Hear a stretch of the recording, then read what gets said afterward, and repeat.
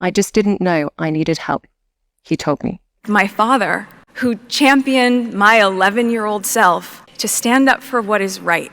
It isn't enough, therefore, to simply wish for a better world. Come on. This has to change.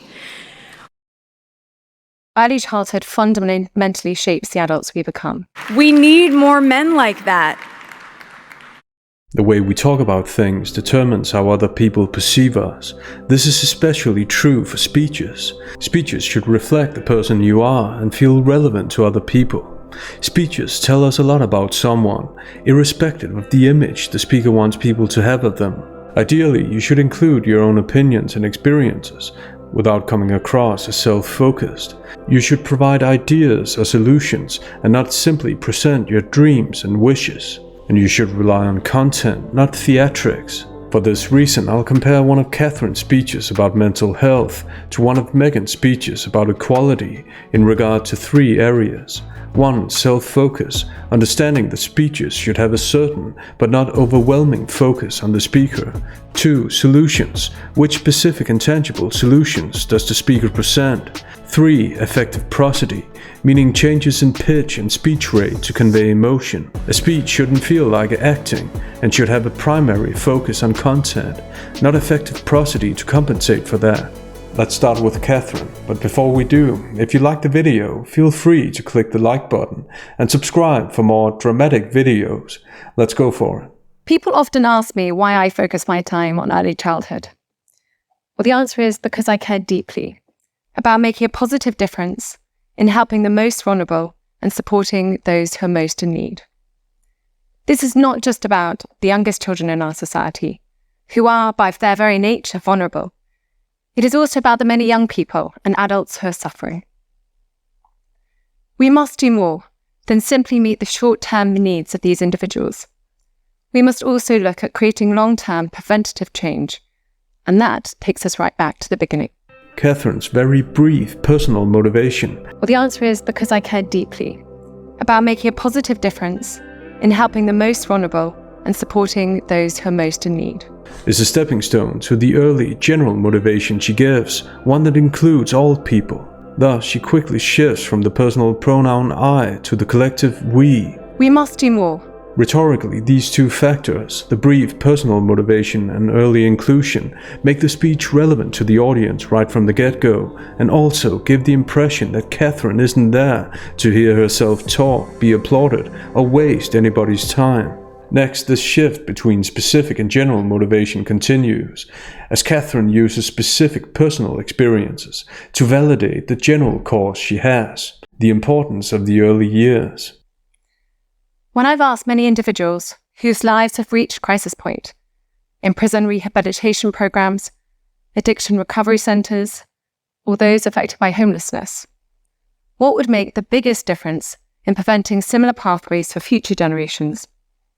They often talk about providing safety, belonging, and love in early childhood. When evaluating a speech, it's useful to ask the question, what's the alternative? Alternatively, Katherine could have detailed these people's sad circumstances if all she'd wanted was to appeal to emotion and pity, pathos. However, with her actions, she shows that that's not all she wants, because she mentions the cases briefly and moves on to the next point. Other people with other personalities would have seized the opportunity to play on the audience's emotions. So when Katherine doesn't do that, this signals to the audience that there's more to this speech and, by implication, more to the speaker. It is human nature to strive for these things. We feel this innately and instinctively. But for too many of us, at too many times in our lives, these basic human needs go unanswered. There's a disconnect. Somehow these deep-rooted needs aren't always met by the societies we're creating, and the effects are evident all around us, with poor mental health, anxiety, depression. The most important thing for Katherine's speech to work is that she doesn't state controversial and thus potentially divisive opinions. It's a fair assumption that people would agree that many people have much less than great childhoods that can lead to problems later in life. It's crucial that people can recognize themselves in the collective we Katherine uses and by inference presupposes. And since what she states is happening around the world, there's a greater chance that people will, I wonder what too much pathos and too many inclusive pronouns do to a conversation. Sir? Sir? What is it? I'm busy here. This game is too funny. It's just that you told me to set up a meeting for the $1 million deal. So have you? Yes, of course, sir. The meeting was yesterday. Yesterday? Really? No offense, sir, but that money could have saved the company. Look, yesterday I was walking down the street, and the sidewalk was so slippery, even though I was totally paying attention. Sure, I was playing this game, but I was totally paying attention. I know it's hard for you to hear this, but I tripped. It hurts me just thinking about it. The shock, the trauma. I even got a scratch. Look. Look, it's there, all right? So naturally, with all of this emotional and physical pain, I was in no position to remember the meeting. All I could think about was getting back home, back into safety, where nothing could hurt me again, and to play my game. Well, we all know what that's like. But sir, what does that have to do? I said we all know what that's like. Now, I'm gonna be busy all afternoon. You don't mind taking my calls, right? Thanks. Keep being a team player.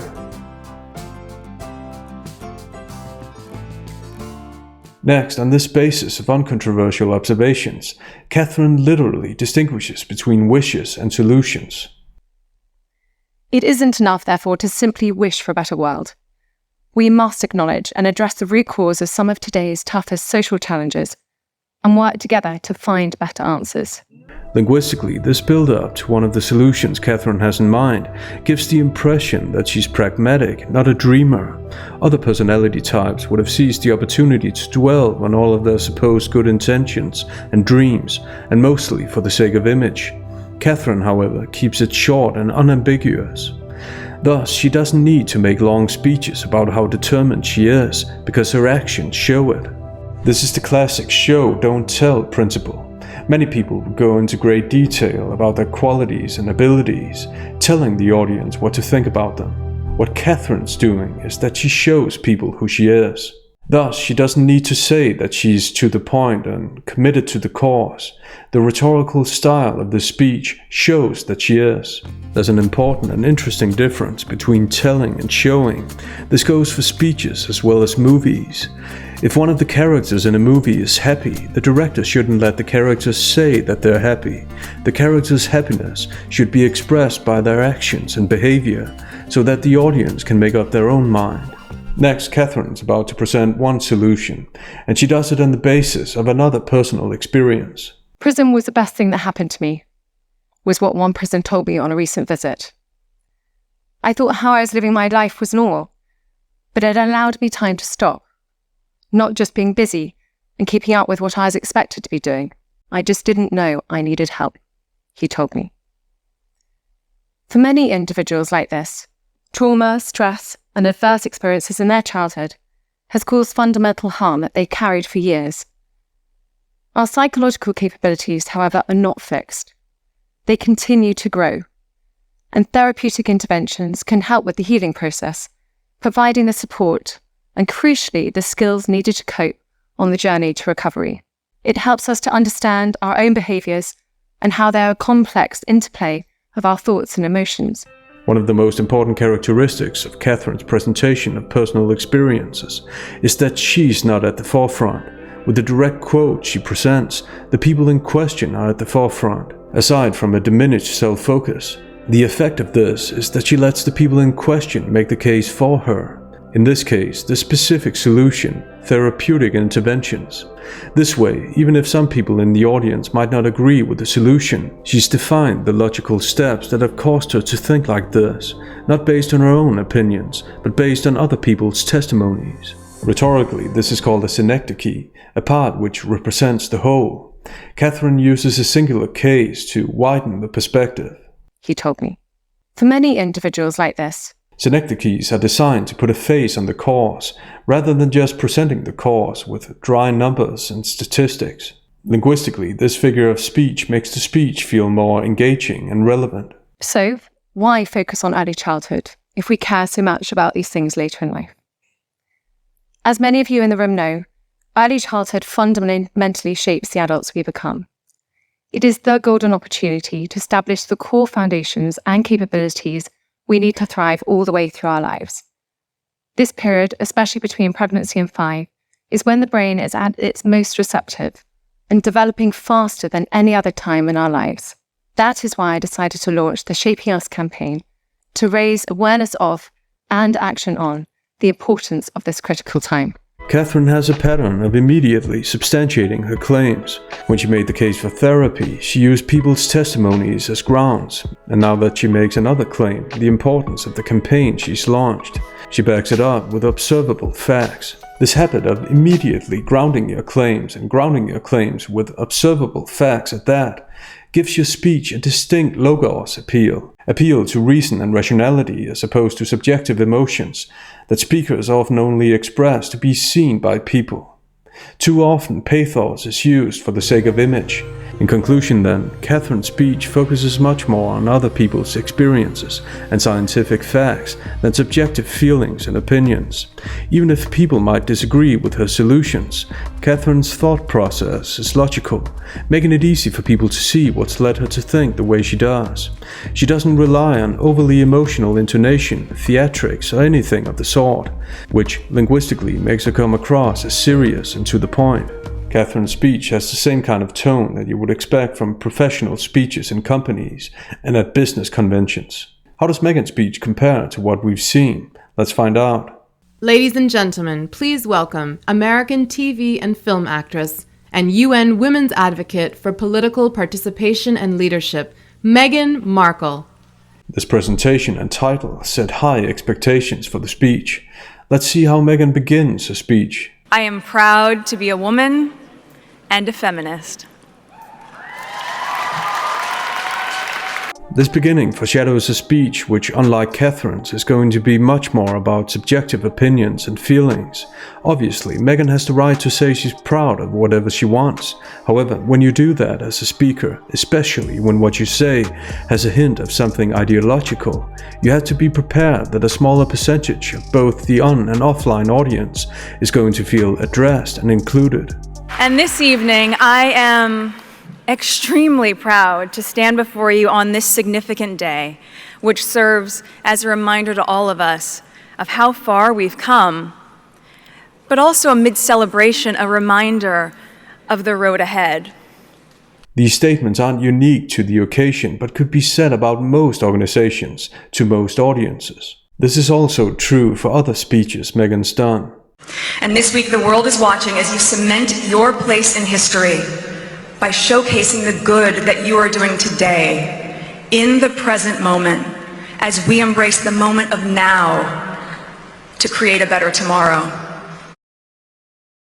This makes a statement sound unspecific. Case in point, we don't hear why this day is significant, and we don't hear what they've actually achieved.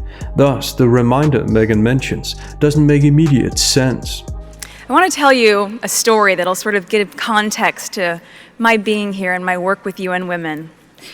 When I was just 11 years old, I unknowingly and somehow accidentally became a female advocate. Meghan goes directly from these general descriptions to a personal narrative, which is about to take up the next 3.5 minutes, which is a lot in a speech that's 9 minutes long. With this lack of specificity, the build-up to this narrative is less than optimal, as there's not a lot of context for the audience to evaluate the relevance of the narrative. And yes, it's the so-commercial narrative. I want to focus on new clips, so I won't play the whole thing. Relax. Just a few highlights so we get the context.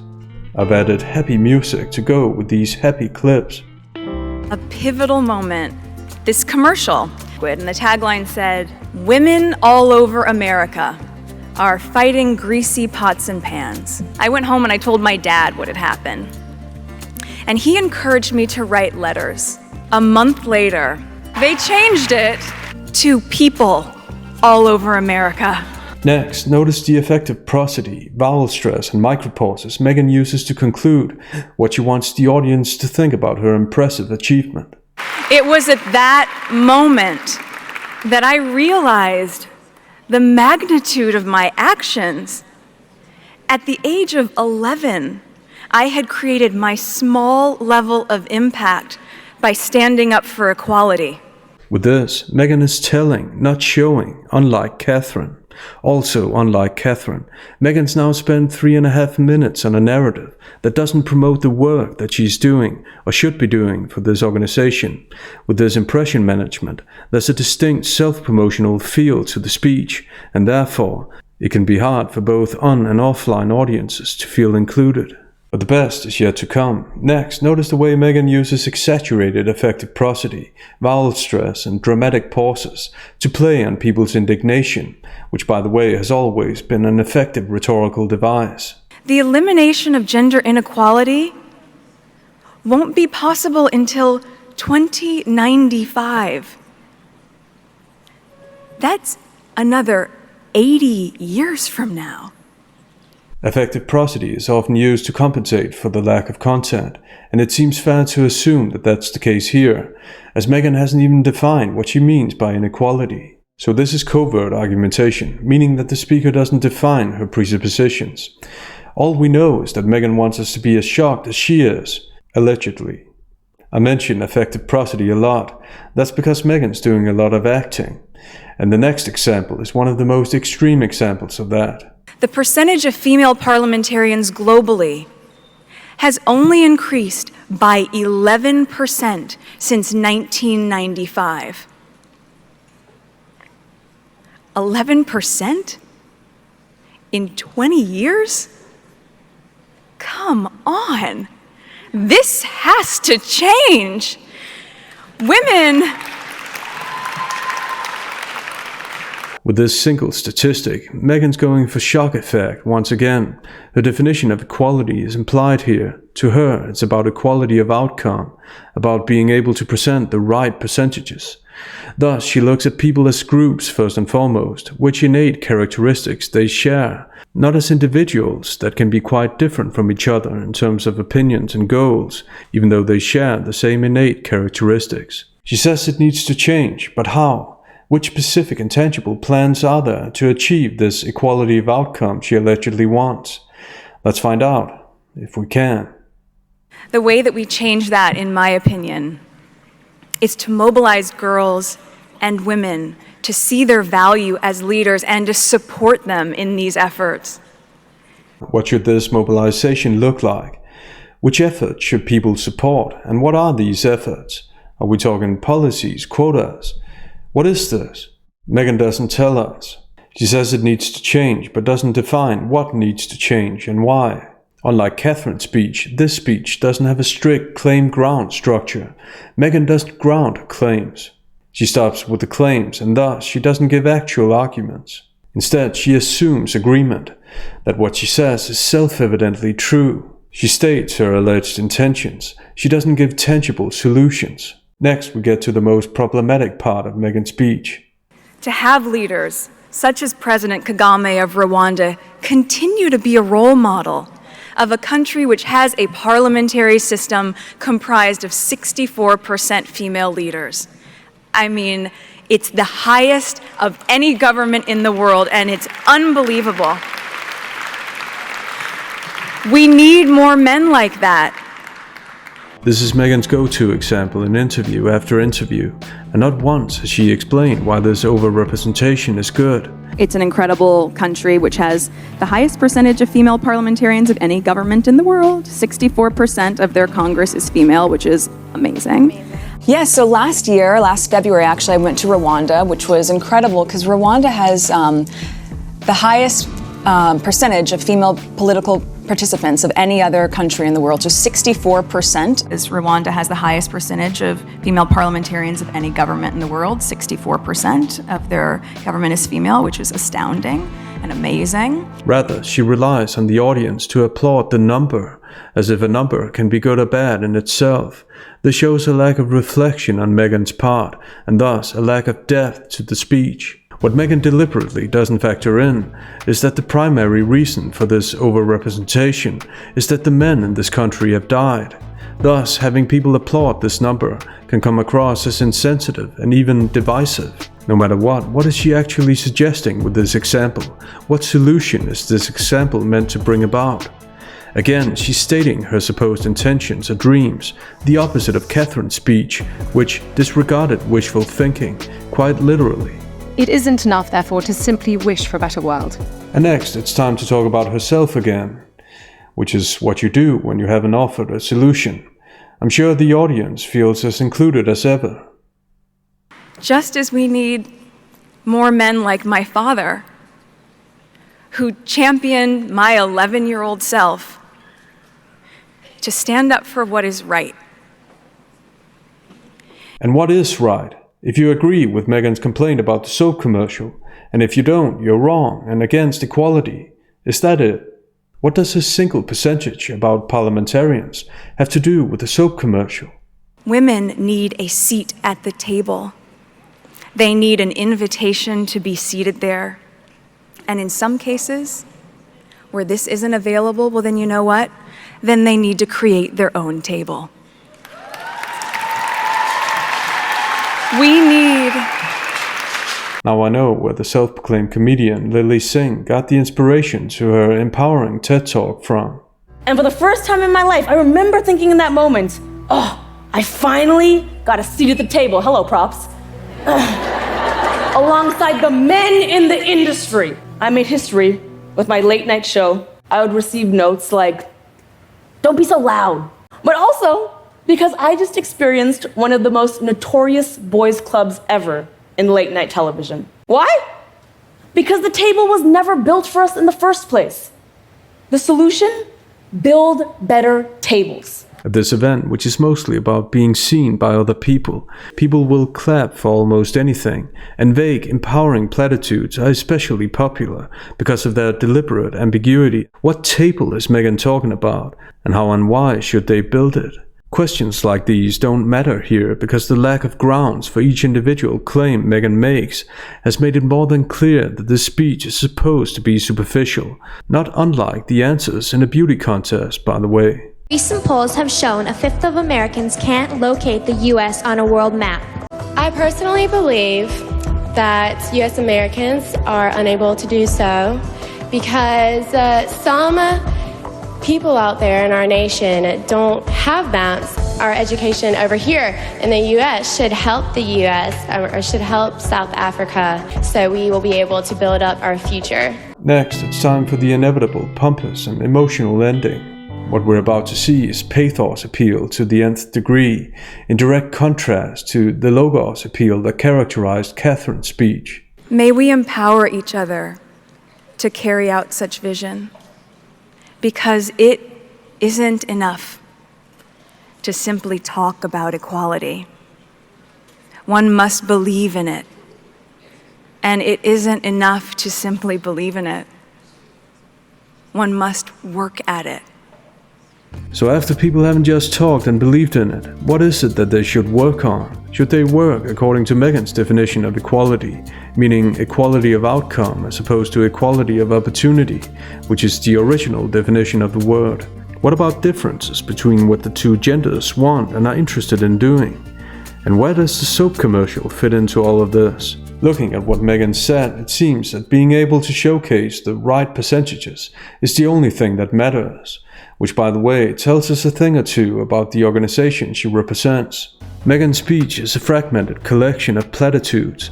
It's focused on Meghan, not on including all the people in the crowd with good and logical arguments. It relies heavily on acting, which potentially can make what she says come across as insincere.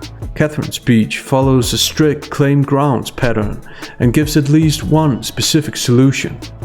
It's focused on all people, why all people should have an interest in the early years. And she doesn't use theatrics in her presentation, quite the contrary. What do you think about the speeches? Let us know in the comments. See you next time.